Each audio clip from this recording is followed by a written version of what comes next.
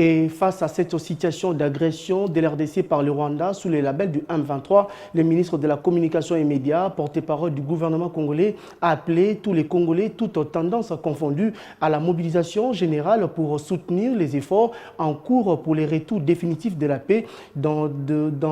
la partie est de l'RDC. Patrick Mouyaya a aussi tenu à interpeller les uns et les autres de ne pas se laisser manipuler par les jeux de l'ennemi de la République qui cherche à diviser le Congolais pour mieux régner. J'ai Madame Bintou, le 29 juin dernier, qui a fait la démonstration, sans dire le nom, de ce qui se passe sur le terrain. De toute évidence, pour ce qui concerne la situation sur le terrain, nos forces armées sont bien positionnées pour que la sécurité puisse être rétablie. Dans ce qui se passe, il y a évidemment le volet diplomatique pour lequel, parce que le président de la République, comme il l'a redit lui-même,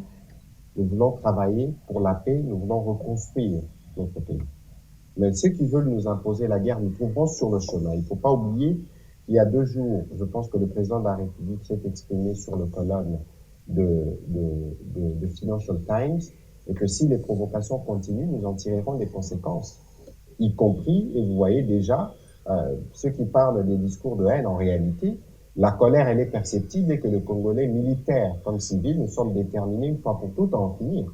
Et donc, si vous avez vu le Rwandais se déplacer, je pense que dans les conditions actuelles, c'est tous eux qui ont besoin de discuter avec nous,